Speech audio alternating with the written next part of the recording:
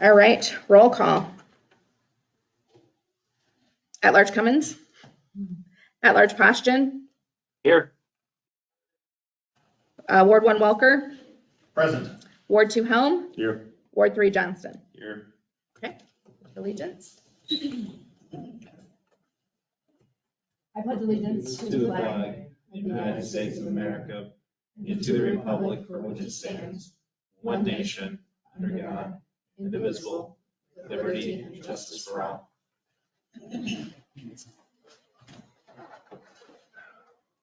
All right, next item is approval of the agenda. Any additions, changes, edits to the agenda? If not, a motion to approve. Second. Motion by Helm, seconded by Johnston. Helm, Yes. Postian, Yes. Yes. Welker, Yes.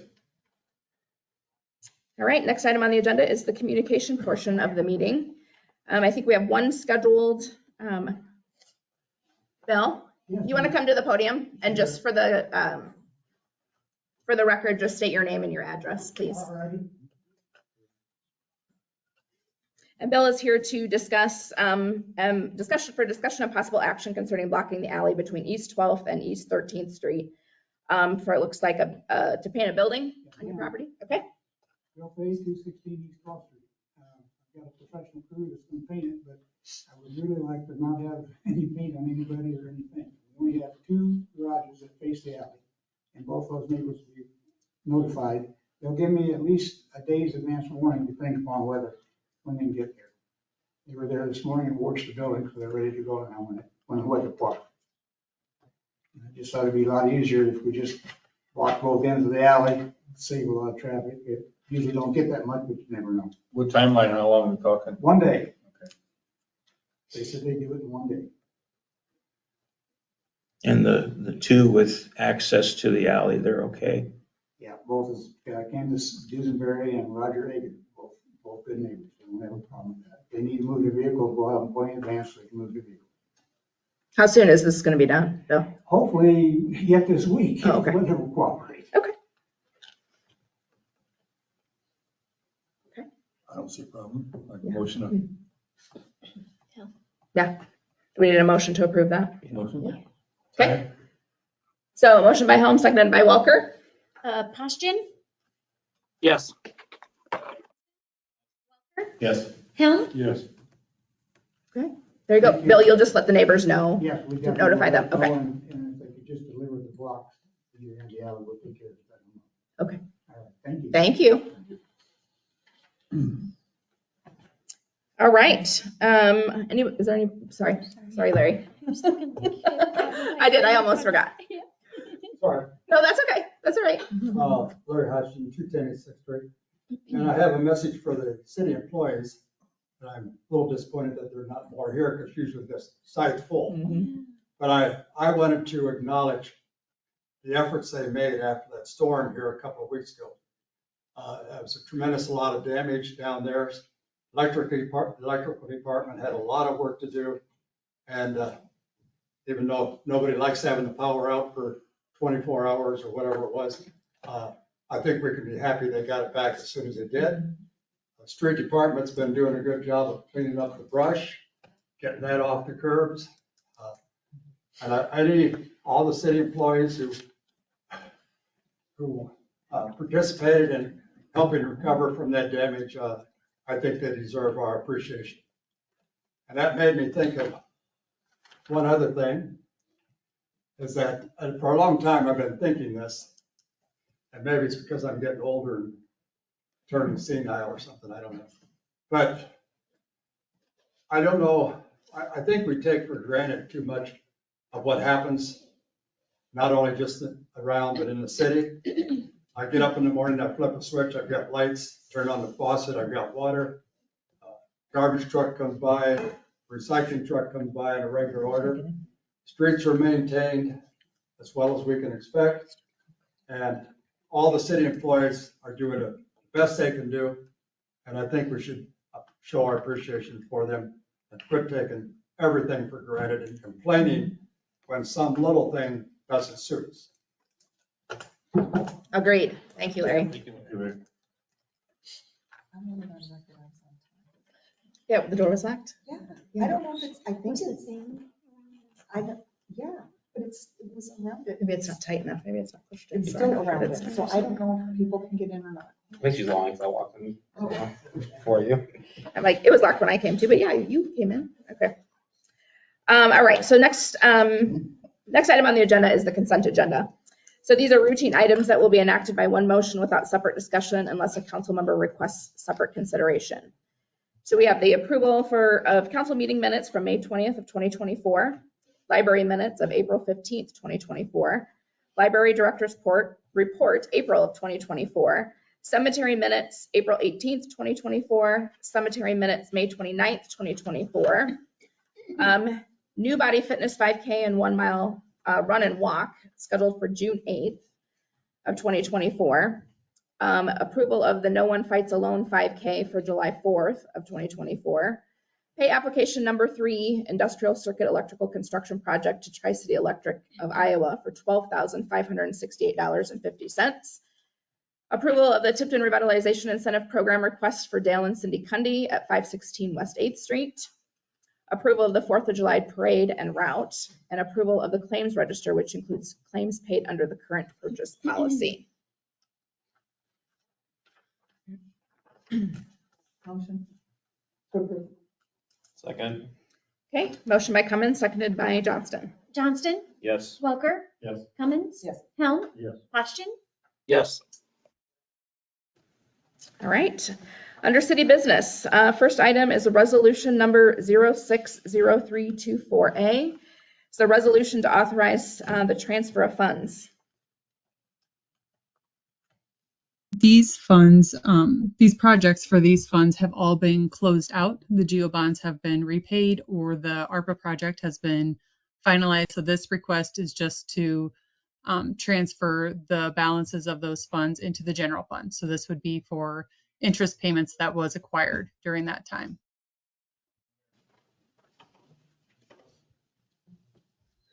Motion to approve. Second. Okay, motion by Cummins, seconded by Johnston. Welker, Yes. Cummins, Yes. Helm, Yes. Hodgson, Yes. Johnston. Yes. All right, next item is resolution number 060324B, and resolution in support of the Workforce Housing Tax Credit Program application for Rosh Villages Phase 2 and affirming the city's financial support for the project. Yeah, first on this one, we have to correct the typo on the resolution itself where I wrote support with 3 P's. But the resolution is for a program that the state of Iowa has that can make a significant contribution to the project for this type of housing. Now I noted you have to note local support. Well, the first one that is listed there is a program that we would offer automatically just because of the development and the nature of the development. So that would be a 10-year, 100% tax exemption since it's multifamily of 3 or more units. And roughly, it would be worth in the first year $4,600 per unit. So that's pretty significant for anybody wanting to do multifamily housing. Also, they would qualify for one of the TIP programs. We have DRIP, TRIP, and this one would be TIP. It has the reduced amount from $7,500 to $5,000, but they would qualify because it's a different project and enough time has elapsed since their last project. This application is stronger, I think, than the one that was made last year. The one made last year wasn't funded, but back then they were just beginning. They hadn't had anything built yet. They were not quite rezoned to R2. from light industrial. And those things were taken into consideration when the state scored their project. Now, we looked at the scoring for the project last year, and even though it had those comparative weaknesses, it didn't fall in last year's competition. It didn't fall that far out of getting funding. So we're hoping this year, with 4 units basically under their belt, the correct zoning is in place. They have a stronger, I think, more diversified ownership group. So I think they have a good chance. And this was an important project for the Hardacre, the 2 units that they did in their upper story. For them, it came out to be, was it a little over 50,000? It was around 40. 40. So it can make a significant impact on the project and its feasibility. So the city would have really no role except that we are the sponsor for this application. They have to apply through us. And so that's what this resolution does.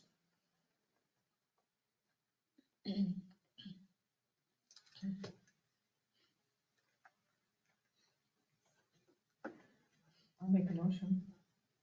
I'll second Okay, motion by Cummins, seconded by Walker. Cummins, Yes. Helm, Yes. Poschin, Yes. Johnston, Yes. Welker. Yes. All right. Next item is discussion and possible action concerning the Cedar Street curb removal and replacement. This was tabled at the last meeting. I don't see Andy here. Anybody? Oh, is he Yeah, online? Oh, yeah. there he is.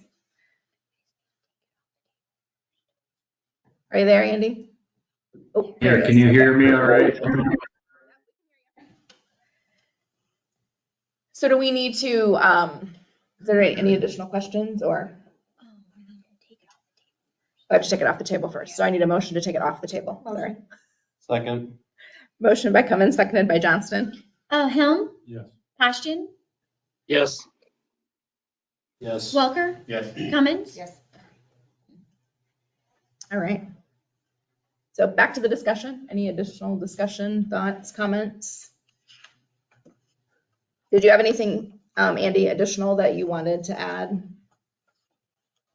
Since our No, I conversation- don't think there's any new information since the previous meeting. I can rehash the kind of cost breakout I presented at the last meeting, if that would be helpful, and what that would cover. Yes. Please. Okay, so total cost and what we're discussing here is removal and replacement of all of the remaining existing curb and gutter that was meant to be kept in the original design of the downtown project. So that's about 925 linear feet of curb and gutter that was originally intended to be kept in place. It's relatively new, well-functioning curb and gutter. It does have some dings and dents here and there. It's obviously got a little bit of age on it, but overall it does function just fine. It was intended to be kept as a part. Sorry, was somebody trying to speak or? No. No, okay, sorry, I was catching some feedback. This 925 linear feet of curb and gutter is intended to be kept in place through construction, worked around and kept in its relatively good condition. It's been brought up by the contractor and several others in the community that maybe this is an opportunity to actually replace that curb and gutter, although it doesn't need to be replaced. There's an aesthetic value to replacing that curb and gutter so that all the concrete matches. So that's kind of the broad summary of what's being proposed here. Now, some of this curb and gutter is to be replaced as a result of some water services that we had not identified prior to bidding the project and found, as the contractor worked through the water main construction, additional water service work was identified. And so about 150 feet of that curb and gutter is to be replaced as a result of that. The remaining 770 feet could be still preserved or replace depending on how the discussion goes. So the cost breakdown is, it's a little less than $6,500 to replace that curb and gutter that was resulting from the water service or the utility, underground utility work. And about just under $47,000 to replace that remaining 775 feet of curb and gutter. So for a total of just over $53,000 is the total cost to replace all curb and gutter in the downtown area, so that everything is matching concrete, looks the same from the surface.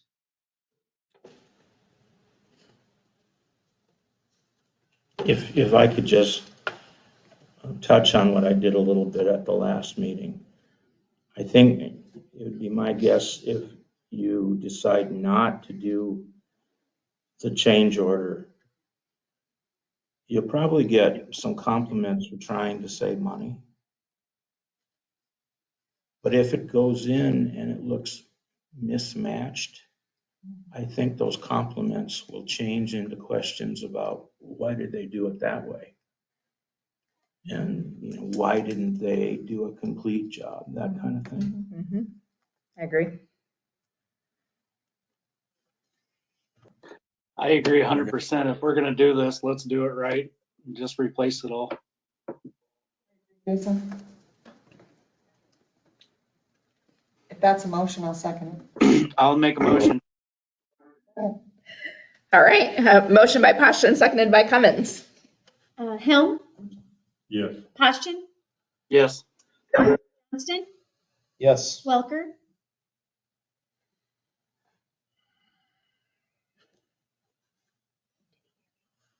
I guess yes. He's thinking. Cummins. All right, next item is discussion and possible action concerning a potential change order for additional drainage intakes at Family Foods parking lot. Andy, you have information on that too? I do, yes. So this is a new proposal.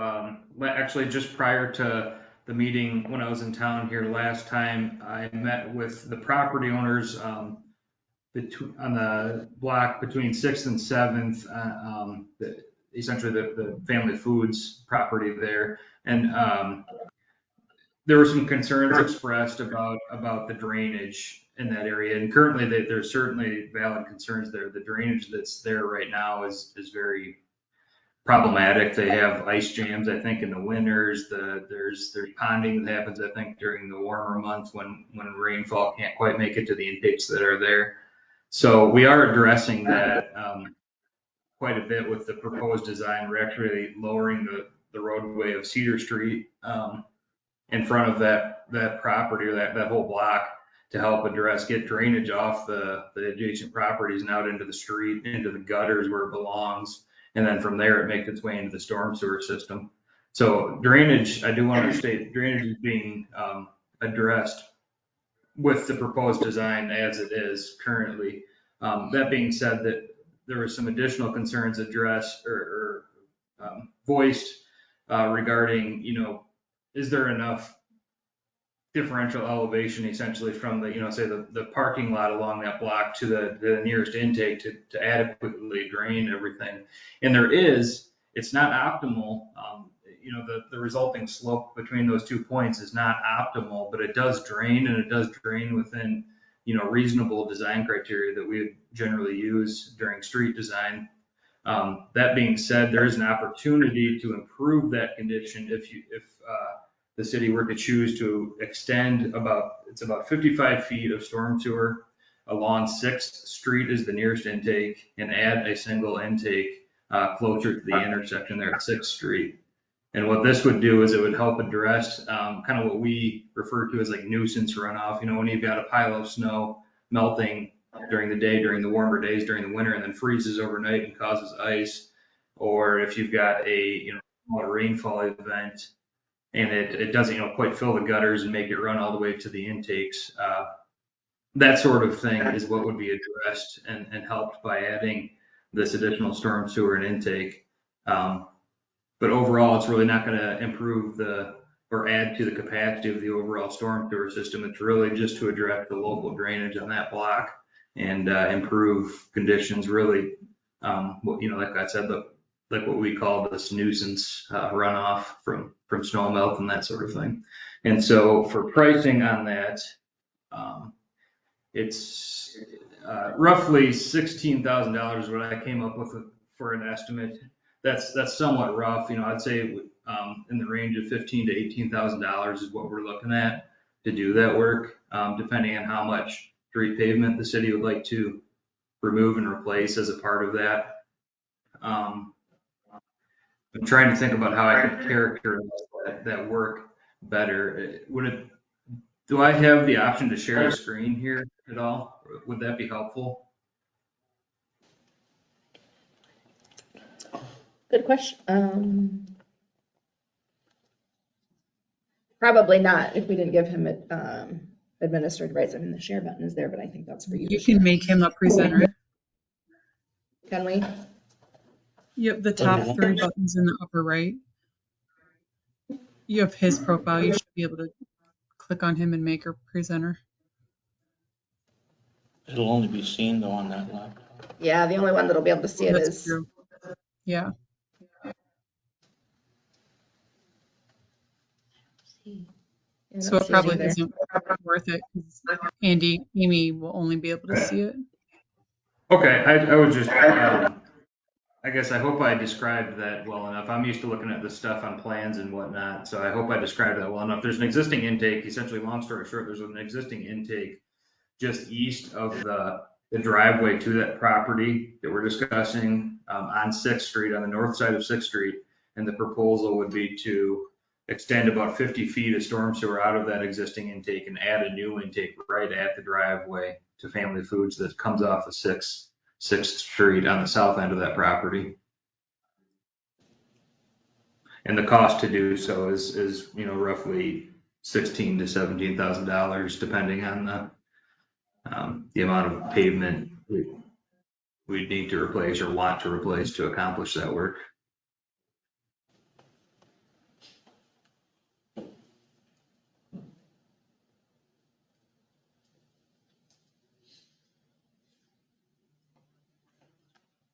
How many more surprises are we gonna have? They're just getting started. That's what I'm saying. Yeah, I know.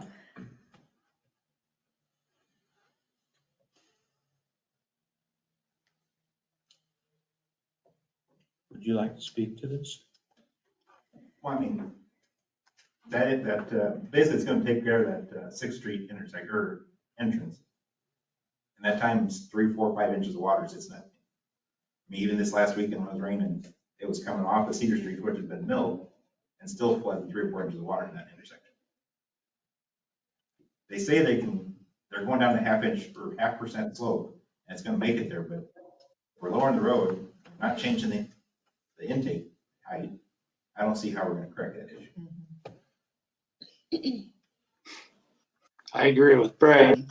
Plus, the thing is taking care of our community for how long? I think we can do this to help preserve our park. Yep. So I'll make a motion to approve. Again, Okay, motion by Poston, seconded by Johnston. Poston? Yes. Johnston? Yes. Welker? Yes. Cummins? Yes. Helm? Yes. Okay, last item under city business is discussion of possible action concerning the purchase of an oxygen generation system. I think this is for the ambulance. Well, good afternoon from Florida. Fred? Yeah, beautiful day out here. I found this opportunity for us, some background on it. I think a lot of people, when they think of an ambulance, they always think about the box that shows up. We don't really think about the side of the logistics of how we get the equipment. Between COVID hitting and then truthfully everything ever since then, we found the price of equipment and supplies have gone up 40, 50%, just like anybody else, and the availability has gone down. In our capital improvement plan for the past couple of years, we have been saving up for an oxygen generation station to be able to produce and then fill our own tanks in-house, and then also add in a blast chamber so that when we're filling our own equipment, unlike now, the tanks would go inside of a chamber, and in the event that something were to go catastrophically wrong, they'd be inside of a contained unit. And if the bottle were to blow up, it would just blow up in there and not hurt anybody. Long story short, a typical generation station costs between $40,000 and $100,000. I found one from an oxygen vendor that purchased one and found out that it did not meet the regulations they had to meet up with. And they're trying to sell it for $20,000. It's new, but used, if you will. They say that the system has about 6 hours of life on it. Most systems are designed to run 24/7 for 4 to 6 years before they have an issue. So to see something at 6 years is a great value, in my opinion. The quote that they provided was $20,000 for the unit, and then they were able to establish shipping or freight for it for somewhere around $600. They've also guaranteed in writing that if the unit was to be defective upon arrival, they'd give us all of our money back as long as we would dispose of the scrap metal for them. I think it's a great value for our community. And then the last piece I have to say is after this recent storm, with just like anybody else, we were shocked with the damage. But what's interesting is that all of our patients that are oxygen dependent, there were a number of them that chose to stay home, chose to go and not find their extra bottles, and they just waited and waited and waited. And although that sits on them, the next day when we start catching up to them, they were so hypoxic, we changed from a routine response to using our vents or using our CPAPs, and we just blew through probably 50 to 60% of our oxygen in within one day. And although we were able to recorrect it, 1 week worth of oxygen, I have a feeling it's going to cost us about $1,000. So we'd like to move forward and have a better opportunity to be more sustainable. With that, do you guys have any questions for me? What's our normal outlay per year for oxygen, roughly? It goes in spurts. I've had it where months we're only spending $80, and then I'll see us jump up and we'll do $400 or $500 a round, and I'll do it twice in a month, and then it just kind of goes back and forth. The one thing I kind of go back on, we're really excited that we have our ventilators, but they're very oxygen hungry. And the more that we give them, obviously, hopefully, the better the patient does. But we're a little bit more conservative than what we have because of the cost of going in with those tanks. Okay, thank you. You made a comment you were saving up for this. You have something in your budget right now? Yeah, our CIP, we're at $20,000 right now, and then come July 1, we'll be at $40,000. So in essence, you have money in your budget now to pay for this. Correct. To me, this is kind of a no-brainer. They got, the ambulance has money in their budget, and this is a necessary piece of equipment. As I went on one call, that the patient was oxygen deprived, and she did not have another tube of oxygen. It was pretty hectic when the power for nothing for oxygen not generating. So it was pretty impressive to have the ambulance there and provide what they needed, and she didn't have to worry about it. I'll motion. Second. Okay, motion by Walker, seconded by Cummins. Johnston, Yes. Welker, Yes. Cummins, Yes. Helm, Yes. Hodgson. Yes. Thank you. All right. All right, so that concludes city business portion of the meeting. Next on the agenda is reports from mayor, council, city manager, department heads. Nothing else for Brian? Okay, Melissa, do you have anything else? Nope, I'm good too. Okay. Linda's got something. Just real quick. So with the 4th of July, I want to bring everybody up to speed. First of all, I'm going to need to know who is going to want to ride in the parade. Our mayor has been very gracious, and you will be riding in her Jeep? Yep. And I'll have all the candy and whatnot provided for you, but I really need to know who's going to be riding, so we can get that arranged. And then I want to announce that Ina Hawk will be our grand marshal this year. She is a pillar in our community, 102 years old. I got to visit with her and she was quite surprised by that. And we're going to be adding something a little bit different this year.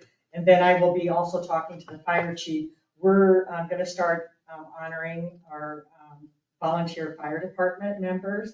And this year, Stan Woody, he received a 50-year appreciation award being on the fire department that long. So we're going to make sure that he's in the parade too. He's going to be included in all my posters. I've got all the advertisement that's going on.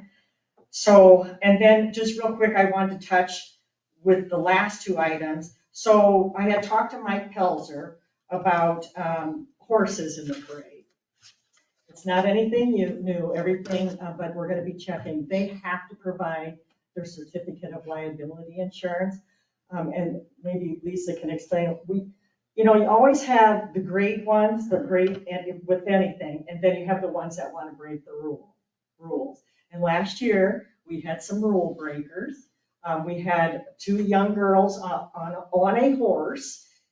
They were on the property of the courthouse lawn. They were on sidewalks. They were hugging people in the parade. And it was causing a lot of problems. So we're going to be a little more strict about that because we don't want people to get hurt. And we've got a couple of people that are going to be at the front that are going to be on, or one, front and back. And Lisa will be aware that if there are problems, they're going to be pulled, and our mayor is also going to have a group meeting with all of them. So they understand the rules of the horses. No different than our motorized vehicles. I want to explain that. Lisa has pulled people out of the parade. For some reason, we have families that think their 9 and 10-year-olds can ride four-wheelers. That can't happen. Our motorized vehicles also have to show proof of insurance, and they are a licensed driver. And we had one problem last year with a car that kept spinning his wheels. And that is going to be monitored this year. That could have been a disaster. And if that would have went out of control, a lot of people could have gotten hurt. That's not going to be tolerated either. And I don't know if any of you saw the black marks last year on our roads. And he did a couple spins right on Cedar Street. And then just real finally, the parade route had to change. And that's because of the construction. The only difference basically is it's going to start on Meridian and we're going to be heading north on Meridian. And then we're going to catch up with everything. So I think it'll be a really good parade. It is every year. I've already had tons of phone calls with individuals worried that the parade wasn't going to be happening because of the construction. But we've reassured. And I've been working with Annie. We're going to get all that publicized here now really quick. Does anybody have any questions about that? No, it'll be good. Please let me know if you can or cannot be, okay, so Mike already knows. I'll be in Florida. Oh, we feel sorry for you. I'm going with Mike. Yeah, me too. But if you can or cannot, because that's how much candy I buy, we got to know how much room is in that Jeep. There are a lot of factors that we play into this. Okay. Well, you can get 4 in the Jeep comfortably if someone else wants to drive. I was just gonna stand. Terry was going to drive me, but he's going to drive Stan. Yeah, he's going to be. So I was gonna just stand in the back of the Jeep. Yes. So there's room for So- 3 comfortably and 1 more driver if somebody Okay. wants to drive the Jeep. Okay. So just let me know. And thank you for allowing us to use your Jeep. No. And I have the signs. And we The got top and the doors are gonna be off, so you're gonna get wet if it rains. Yeah, the parade rain.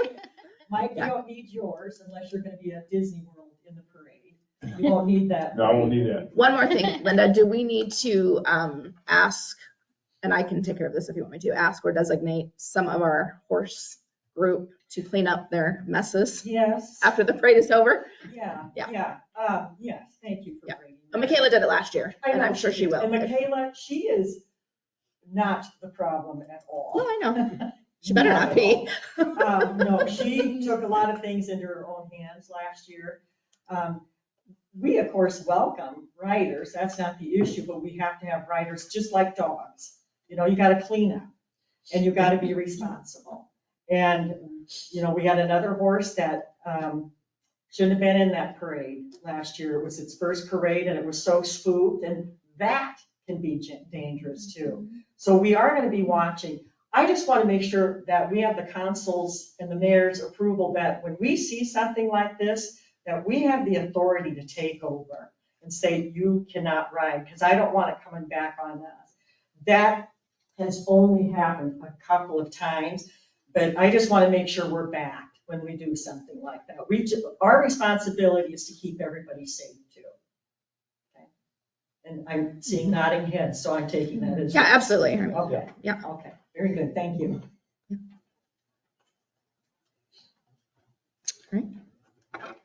Anybody else? Steve, do you have anything? We hope to get the tree debris off the streets and all our yards by the end of the week. Awesome. Unless we Good get job. another storm or something. Don't say that. Don't say that. Yeah, I see they putting some stakes in and are getting Plum Street ready. I forgot one thing about Steve. Worked up there today. Yeah, Steve's been doing a lot of taking down older and damaged trees, big trees. Mhm. And I think with this storm coming through, we saw once again that he's not quite keeping up with some trees that probably should have come down. And I know there's still a lot, if you look around, drive around, you look, oh my gosh, that looks scary. So I think any support that Steve can get from the council to his tree removal program would be greatly appreciated. Go, Steve. Are you chipper? I don't know. Work faster, Steve, work faster. You want me to send Luke out to work with you? There you go. Yeah, there you go. Thanks, Abby. We'll be happy to support you. That's right. Hey, I tried the night of the storm. Nobody wanted my help. I'm expensive. There's one picture of me with a chainsaw somewhere, but nobody wanted my help. All right. Lisa, do you have anything? No? Okay. All right. Anything from council members? No? No? Okay. If there's nothing else, then I'll take a motion to adjourn. Motion. Second. Okay, motion by Johnston, seconded by Helm. Welker, Yes. Cummins, Yes. Helm, Yes. Austin. Yes. Yes. All right. Meeting adjourned. Thank you, everybody.